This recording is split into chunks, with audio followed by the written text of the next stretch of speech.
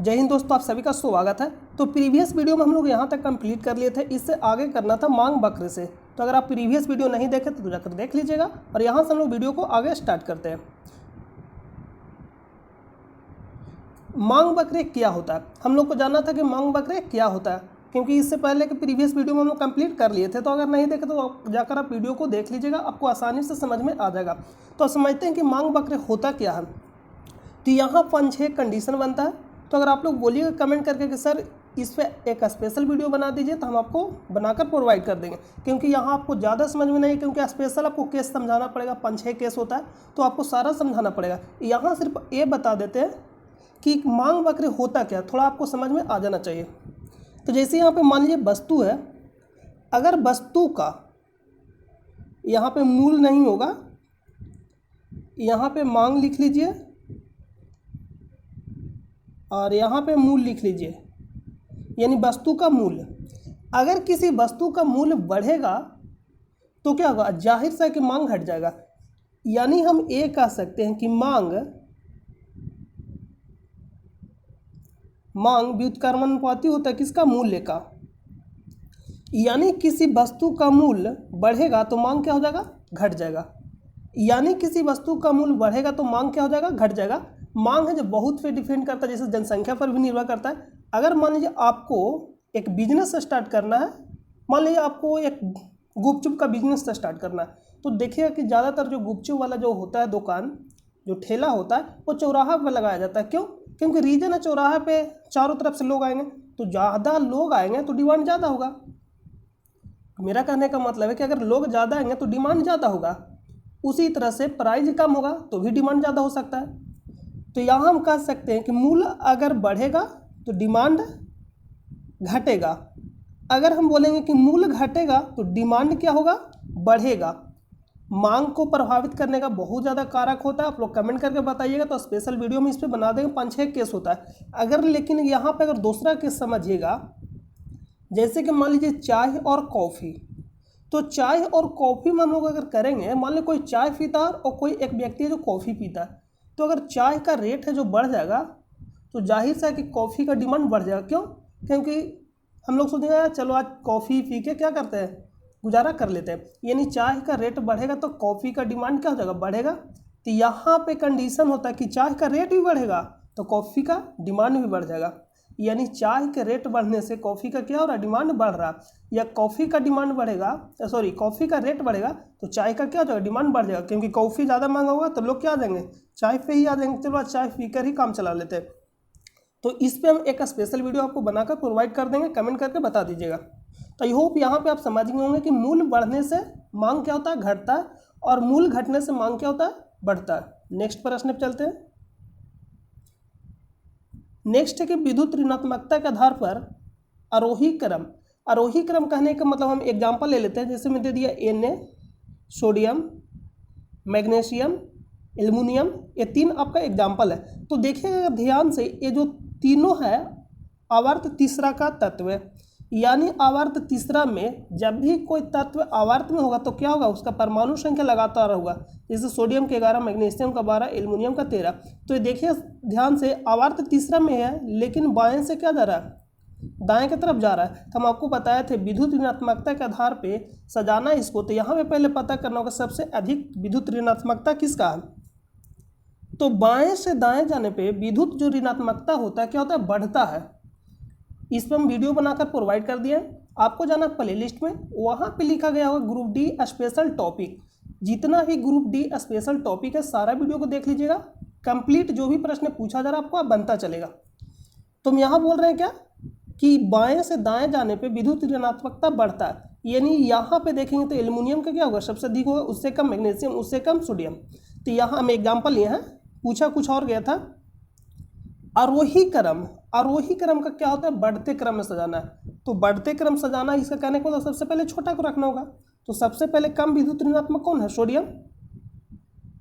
तो इस तरह से लिख सकते हैं। उसके बाद मैग्नीशियम और उसके बाद एल्युमिनियम। कभी कभी एग्जाम में क्या करता है, ये जो साइन है इस पर भी निर्भर करता है। लिख देगा आगे एल्युमिनियम लेकिन इस तरह से साइन देगा, लिखेगा आगे एल्युमिनियम लेकिन इस तरह से साइन देगा। इसका कहने का मतलब मैग्नीशियम से अधिक विद्युत ऋणात्मक कौन है, एल्युमिनियम। और मैग्नीशियम में जो सोडियम से भी अधिक है। इस तरह से भी लिख देता, तो आपको साइन पे भी ध्यान देना है। नेक्स्ट प्रश्न पे चलते हैं। साइन में अगर कन्फ्यूजन होता है तो आपको ध्यान से देखिएगा, जो खुला मुंह है उधर क्या दिखाएगा, बड़ा, और जो बंद है जिधर, छोटा। अगला जो प्रश्न पूछा गया, चुंबकीय बल रेखा है। चुंबकीय बल रेखा क्या है, इससे लगातार प्रश्न पूछा जा रहा है और पूछा जाएगा, क्योंकि पैटर्न में कोई चेंजिंग नहीं किया है, उसी टाइप का प्रश्न पूछा जा रहा है। तो जो चुंबकीय बल रेखा है, चुंबक के अंदर और एक कंडीशन बनेगा चुंबक के बाहर। सबसे पहले ये जानिए, एक क्या होता है, समांतर होता है। चुंबकीय बल रेखा क्या होता है, समांतर होता है और कभी भी एक दूसरे को नहीं काटता है। फिर से सुनना, चुंबकीय जो बल रेखा होता है एक दूसरे के समांतर होता है और कभी भी एक दूसरे को नहीं काटता है। और चुंबक के अंदर इस तरह से चक्कर लगा रही, इस तरह से, यानी ध्यान से देखिएगा, निकलता है नॉर्थ पोल से। ये भी प्रश्न पूछा कि निकलता कहाँ से, निकलेगा नॉर्थ पोल से, एंट्री करेगा साउथ पोल से। फिर से देखिए, निकलेगा नॉर्थ पोल से, एंट्री करेगा साउथ पोल से।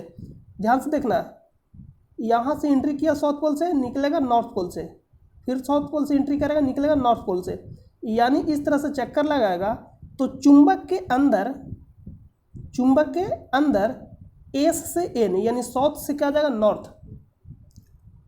चुंबक के अंदर साउथ से कहाँ जाएगा, नॉर्थ की ओर, यानी दक्षिणी ध्रुव से उत्तरी ध्रुव की ओर जाएगा। साउथ को क्या बोलते हैं, दक्षिण, और नॉर्थ को उत्तरी ध्रुव। यानी साउथ पोल से कहाँ जाएगा, नॉर्थ पोल। कहाँ, चुंबक के अंदर। तो दिशा पूछता है कि चुंबक के अंदर दिशा होता है तो साउथ पोल से नॉर्थ पोल की ओर, और बाहर पूछेगा तो नॉर्थ पोल से साउथ पोल की ओर। देखिए बाहर क्योंकि इस तरह से होता है, तो बाहर में कहाँ जाएगा, बाहर में इस तरह से होता है, तो बाहर में कहाँ जाएगा, नॉर्थ पोल से साउथ पोल की ओर, इसका दिशा होता है। और निकलता है कहाँ से, नॉर्थ पोल से, और एंट्री करेगा साउथ पोल से। तो आई होप कि आपको समझ में आ गया होगा। नेक्स्ट प्रश्न पे चलते हैं। नेक्स्ट प्रश्न, यहाँ से भी प्रश्न पूछा जा रहा है, तो इससे रिलेटेड जो भी प्रश्न बन रहा है सारा आपको हम टेलीग्राम चैनल पे प्रोवाइड कर देते हैं।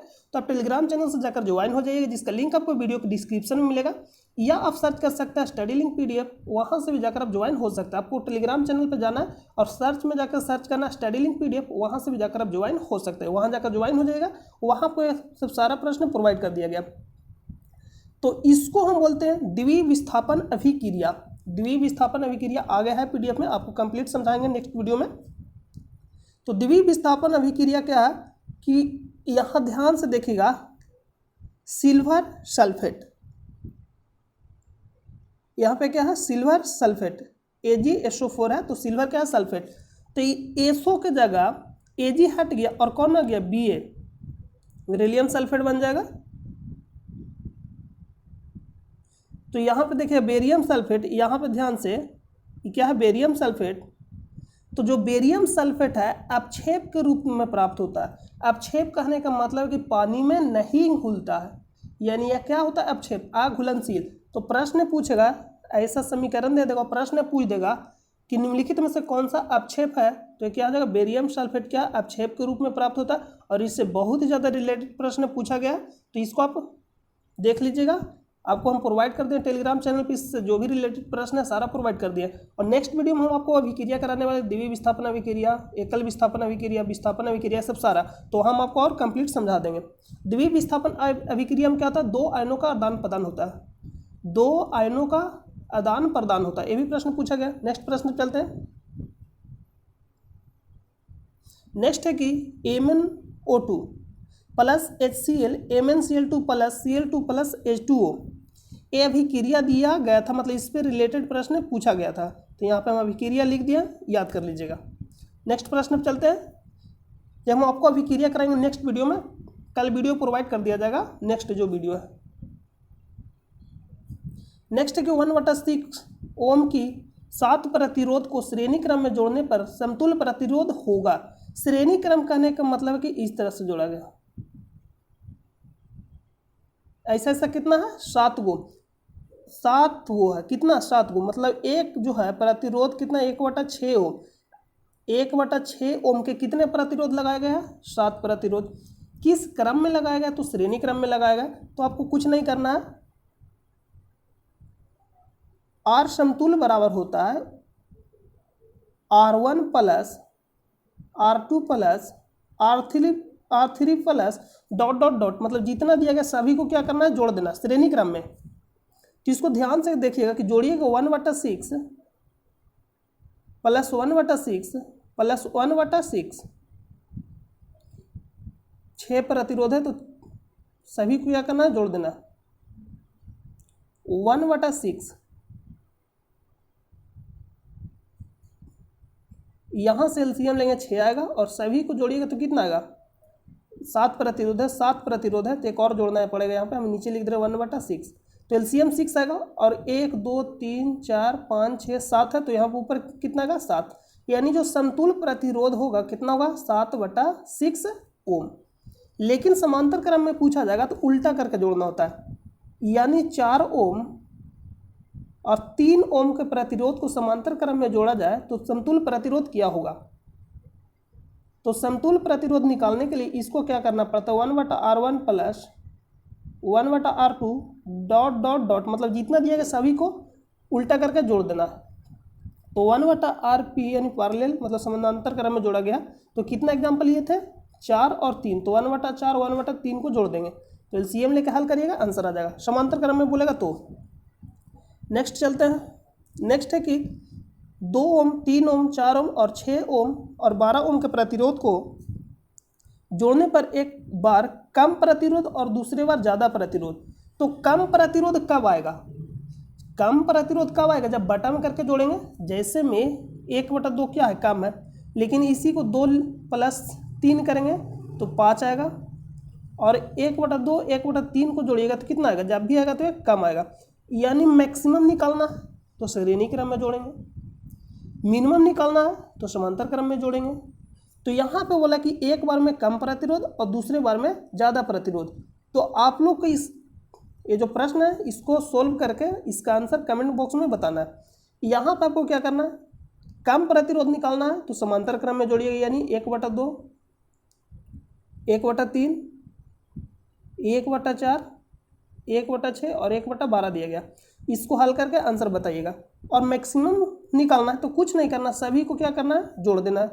2 + 3 + 4 हम जोड़ देते हैं, 2 और 3 कितना, 5 4 9 9 6 15 15 और 12 27, यानी 27 ओम आएगा मैक्सिमम, सबसे ज़्यादा प्रतिरोध। और कम प्रतिरोध हल करके आंसर कमेंट बॉक्स में बता देना। नेक्स्ट प्रश्न पर चलते हैं।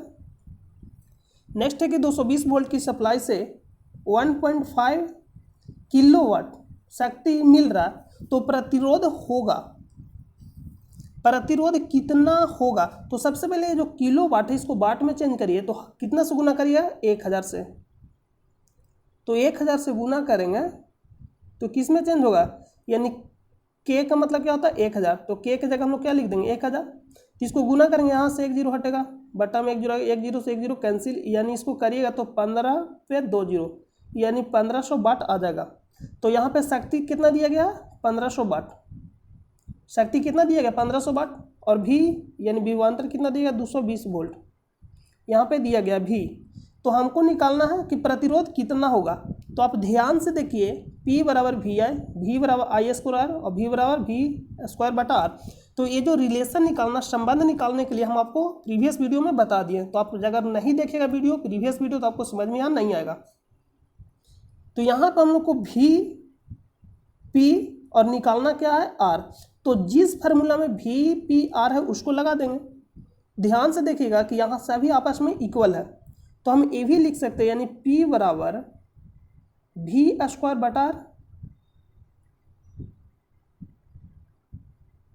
P = V²/R।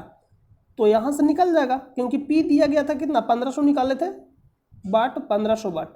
भी कितना दिया गया, 220 वोल्ट। तो 220 वोल्ट का स्क्वायर करेंगे तो 2 बार लिख देंगे, 220 वोल्ट गुने 220 वोल्ट बटा R। यहाँ से हल करिएगा, R का आंसर आ जाएगा। आई होप आपको तो हल करना आता ही होगा। नेक्स्ट प्रश्न पे चलते हैं। नेक्स्ट है कि 3 वोल्ट और धारा 0.1 एम्पीयर है तो प्रतिरोध कितना होगा, V = IR। ये सब सारा प्रीवियस वीडियो में बता दिया गया, कुछ नहीं करना है। V = कितना दिया गया, 3 वोल्ट और I = 0.1 एम्पीयर। तो बोला प्रतिरोध कितना होगा, V निकालना। तो V कितना दिया गया, 3, I कितना दिया गया, 0.1 और R निकालना है। तो R निकाल लेंगे, तो बटा में क्या आएगा, 0। तो इसको गुना करिएगा 30 यानी आर बराबर कितना हो जाएगा 30 ओम। हल कर लीजिएगा आराम से। नेक्स्ट प्रश्न पे चलते हैं। प्रकाश संश्लेषण से प्रश्न पूछा गया था कि प्रकाश संश्लेषण में जल के कितने अणु होते हैं। तो जब भी किसी भी अभिक्रिया में अणु निकालना हो तो सबसे पहले आपको क्या करना होता है, अभिक्रिया को संतुलित करना होता है। अभिक्रिया को क्या करना होता है, संतुलित करना होता है। तो यहाँ पे ध्यान से देखिए, ये जो अभिक्रिया यहाँ पे संतुलित करके लिखा गया। तो जब अभिक्रिया को संतुलित सबसे पहले कर लीजिएगा, क्योंकि संतुलित करने कहने का मतलब है अगर इधर कार्बन 6 है, देखिए 6 से गुना तो 6 है, तो इधर भी कार्बन 6 ही होगा, कार्बन 6। अगर इधर ऑक्सीजन यहाँ पे देखिए 1 है और यहाँ पे 6 दूनी 12, 12 एक कितना है 12, और यहाँ से 6 गुना होगा तो यानी हो जाएगा 18। तो इधर भी देखिएगा ध्यान से, ऑक्सीजन कितना होगा 18, 6 यहाँ और 6 दूनी 12, 18। तो सबसे पहले आपको संतुलित कर लेना, उसके बाद देखना कि जल में अणु कितना, तो जो इसके पीछे लगा रहेगा यानी गुणज। गुणज का मतलब होता है कि उसके जो गुना किया गया उसमें, तो जल में कितना से गुना किया गया 6 से, तो इसका जो अणु हो जाएगा कितना हो जाएगा 6। जैसे प्रश्न पूछेगा यहाँ पे, मान लीजिए प्रश्न पूछ देगा H2O में जल का अणु कितना, तो कुछ नहीं तो 1 तो रहेगा गुना में, तो आंसर क्या होता है 1। लेकिन प्रश्न पूछेगा 2 H2O में कितना, तो 2। तो इसी तरह से आप निकाल लीजिएगा। नेक्स्ट प्रश्न चलते हैं। अणु परमाणु मोल निकालने के लिए हम एक वीडियो बताएं, 4 से 5 मिनट का वीडियो होगा, जाकर देख लीजिएगा। प्लेलिस्ट में जाना, वहाँ से आराम से आप देख लीजिएगा। नेक्स्ट है आवर्त 3, 5, 4, 7 में तत्वों की संख्या है। तो तत्वों की संख्या निकालने के लिए आपको क्या करना है, आवर्त 3, 5, 4 और 7 में बताना है, क्रमशः से बताना था। तो पहला में कितना, पहला आवर्त में तो हम आपको बताए थे 2, 8, 8, 18, 18, 32 और 32 के साथ अपूर्ण, यानी 32 तत्व नहीं है, 32 के साथ अधूरा या अपूर्ण लिखे। तो पहला आवर्त में कितना 2 तत्व, दूसरा में 8, तीसरा में भी 8, तीसरा में 18, चौथा में 18, पाँचवा में 18, छठा में 32 और सातवां में 32 के साथ अधूरा या अपूर्ण। तो यहाँ पे जो पूछा गया तीसरा, तो तीसरा में 8 हो जाएगा। पाँचवा पूछा गया तो पाँचवा में कितना हो जाएगा 18 हो जाएगा। चौथा पूछा गया, चौथा में भी 18 हो जाएगा। सातवां पूछा गया, सातवां में कितना हो जाएगा 32 के साथ अधूरा। नेक्स्ट प्रश्न चलते हैं। नेक्स्ट है कि ZnO+C अभिक्रिया Zn+CO किसका अपचयन हो रहा है, ZnO का किसका अपचयन हो रहा है। तो ऑक्सीकरण अपचयन, ये आपको पूरा कॉन्सेप्ट बताना पड़ेगा। इसका PDF तैयार हो गया, नेक्स्ट वीडियो में आपको हम ऑक्सीकरण अपचयन कराने वाले हैं, तो उसमें हम आपको कंप्लीट बता देंगे। तो इसको हम लोग यहाँ पे क्या करते हैं, स्किप करते हैं, नेक्स्ट वीडियो में इसको समझेंगे। यहाँ पे अभी के लिए आंसर क्या कर लीजिए, जिंक ऑक्साइड। ऑक्सीकरण का मतलब होता है ऑक्सीजन जुड़ता है, तो आपको पूरा कंप्लीटली बताना पड़ा ऑक्सीकरण क्या होता है, अपकरण क्या होता है, अपकारक क्या होता है, ऑक्सीकारक क्या होता है, उपचयन क्या होता है, अपचयन क्या होता है, अपचय क्या होता है, उपचय क्या होता है। इतना ना है कि आपको पूरा कॉन्सेप्ट समझाना पड़ेगा तो ही समझ में आएगा। नेक्स्ट है NaCl plus H2O plus NH3 plus CO2 क्या बनेगा। तो इससे बनता है खाने वाला सोडा। ये सारा PDF कंप्लीट जो मोस्ट इंपॉर्टेंट है, जो पूछा जा रहा है वही आपको टेलीग्राम चैनल पर प्रोवाइड किया जाता है। तो वहाँ जाकर आप कंप्लीट ज्वाइन हो जाइए, आपको बहुत ही ज़्यादा वहाँ फायदा होने वाला है। तो यहाँ पे क्या आंसर हो जाएगा, खाने वाला सोडम, सोडा, सोडा नहीं सोडा ही होगा, सोडियम बाइकार्बोनेट। मेंडेलीव के समय अक्रिय गैस नहीं खोजे गए थे। ये प्रश्न पूछा गया था, कौन सा सही नहीं है, सही प्रश्न नहीं है। तो वहाँ पर दिया गया था अक्रिय गैस खोजे गए थे, तो मेंडेलीव के समय अक्रिय गैस नहीं खोजे गए थे। नेक्स्ट प्रश्न चलते हैं। 6 ओम और 4 ओम की प्रतिरोध श्रेणी क्रम में जोड़े हैं, मतलब जुड़ा हुआ है, तो हम लोग जोड़ लेते श्रेणी क्रम में। तो श्रेणी क्रम में कुछ नहीं करना, सीधा जोड़ लेना होता है। 6 4 10 यानी 10 ओम हो जाएगा। वोल्टेज कितना दिया गया 120 वोल्ट, यानी V बराबर दिया गया 120 वोल्ट और R बराबर कितना हो जाएगा 10 ओम। तो धारा कितना प्रवाहित होगा, तो हम लोग यहाँ पे लिख सकते हैं V बराबर IR। V बराबर किस पे, IR पे सोल्व कर लेना। R कितना दिया, V दिया गया है 120 वोल्ट, I निकालना है, R दिया गया है 10 वोल्ट। तो 10 दिया गया, तो 10 से इसको काटिए, कितना बार में कटेगा 12 बार में, यानी कितना धारा प्रवाहित होगा 12 एम्पियर का धारा। नेक्स्ट प्रश्न पे चलते हैं। नेक्स्ट है यहाँ पे निकालना है कि यहाँ पे ये प्रश्न था कि 180 वाट को 5 घंटा के लिए शायद 30 दिन तक था क्या जलाया जाता है, तो 5 रुपये प्रति यूनिट की दर से टोटल कितना होगा। तो आपको क्या करना होता है, जो भी दिया रहा तो उसको सारा को गुना करिए और 1000 से भागा दे दीजिए। तो यहाँ पे और उससे जो भी यूनिट दिया गया 5 रुपये यूनिट या 6 रुपये यूनिट उससे गुना कर देना होता है। तो इसको आप सोल्व करिए तो कितना आएगा, 0 से 0 कैंसिल हो जाएगा सर, 5 दूनी 10, 2 से कैंसिल करिएगा 9 बार में, 9 तिया 27, 27 गुने क्या कर लेना 5, यही आपका क्या हो जाएगा आंसर। आंसर कितना आ जाएगा 135, क्योंकि 20 × 5 = 100, 7 × 5 = 35, आंसर 135। नेक्स्ट है उदासीनीकरण अभिक्रिया, एक कंप्लीट आपको बता दिया हम पूरा। उदासीनीकरण अभिक्रिया किसको कहते हैं, परवल अम्ल और परवल क्षार, ये भी आपको बताया गया। तो आप प्ले लिस्ट में जाइएगा, ग्रुप डी स्पेशल टॉपिक में जाना, वहाँ से आपको ये वीडियो मिल जाएगा, तो देख लीजिएगा।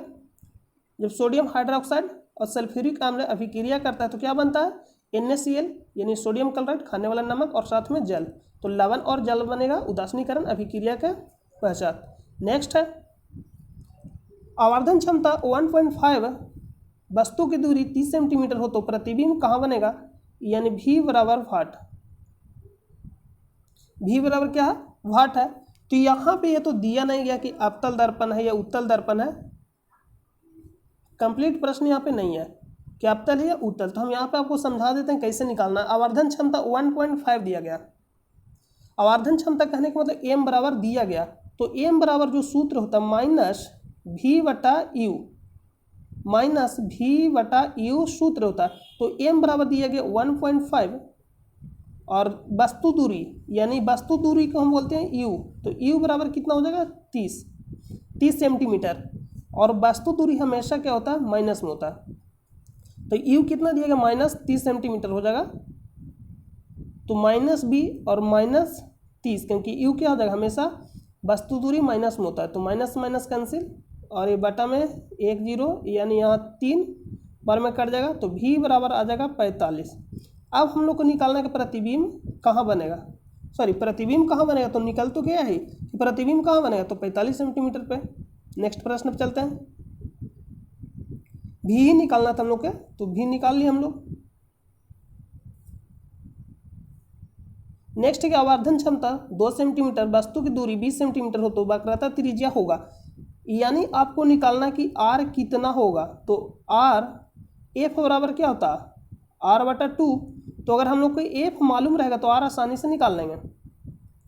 आवर्धन क्षमता 2 सेंटीमीटर दिया गया है, यानी m दे दिया गया है कितना 2 सेंटीमीटर, और m बराबर सूत्र होता है -V/U, m दिया गया है 2 सेंटीमीटर, वस्तु दूरी हमेशा माइनस में होता है तो -b, और u क्या हो जाएगा -20 सेंटीमीटर, क्योंकि वस्तु दूरी हमेशा माइनस में होता है, तो -20 से माइनस माइनस कैंसिल, 20 दूनी 40, v बराबर कितना हो जाएगा 20, v बराबर 20 बोल देगा, v बराबर 40, तो यहाँ पे v बराबर आ गया 40, u बराबर -20, और f यहाँ से निकाल लेना। तो उत्तल लेंस में कि अवतल लेंस में कुछ यहाँ पे दिया नहीं गया, तो हम निकालते हैं उत्तल दर्पण में हम लोग निकालते हैं, क्योंकि लेंस और दर्पण यहाँ मेंशन नहीं किया गया। तो आपको सूत्र याद रहना चाहिए, दर्पण जब पूछेगा तो 1/v + 1/u होता है, लेकिन लेंस निकालना रहता तो 1/f बटा 1/v - 1/u, 1/f बराबर क्या होता है 1/v + 1/u।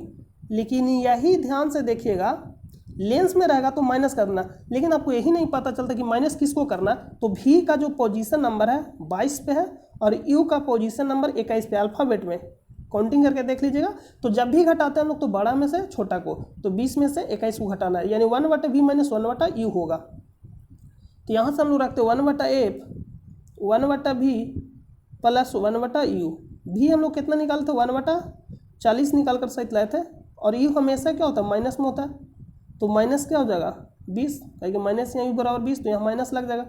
इसको सोल्व करिएगा तो f निकल कर आ जाएगा, f बराबर कितना जाएगा यहाँ से 40 हो जाएगा 1, और यहाँ -2, यानी 1/f बराबर हम लोग यहाँ से कह सकते हैं कितना जाएगा -1, यानी -1/40, यानी f बराबर -40, f बराबर क्या हो जाएगा -40।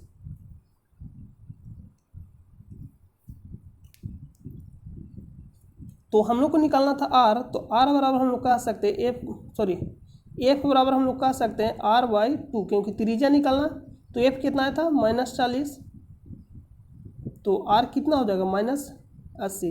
शायद यहाँ पे हम लोग माइनस, यहाँ पे कन्फर्म ये नहीं है, प्रश्न क्योंकि अधूरा है, अवतल दर्पण है या उत्तल दर्पण है या अवतल लेंस है या उत्तल लेंस है, इसलिए प्रश्न अधूरा है, इसलिए यहाँ पे कंप्लीट आपका आंसर नहीं आ सकता। सिर्फ हम आपको प्रोसेस बता रहे हैं किस तरह से करना है। नेक्स्ट प्रश्न पे चलते हैं।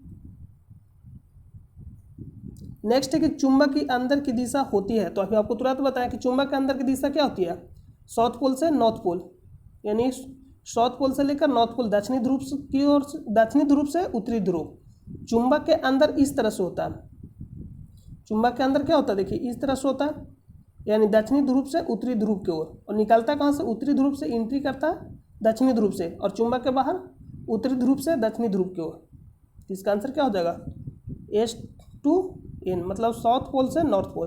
तो मिलते हैं नेक्स्ट वीडियो में, तब तक के लिए अपना ख्याल रखें। जय हिंद, जय भारत।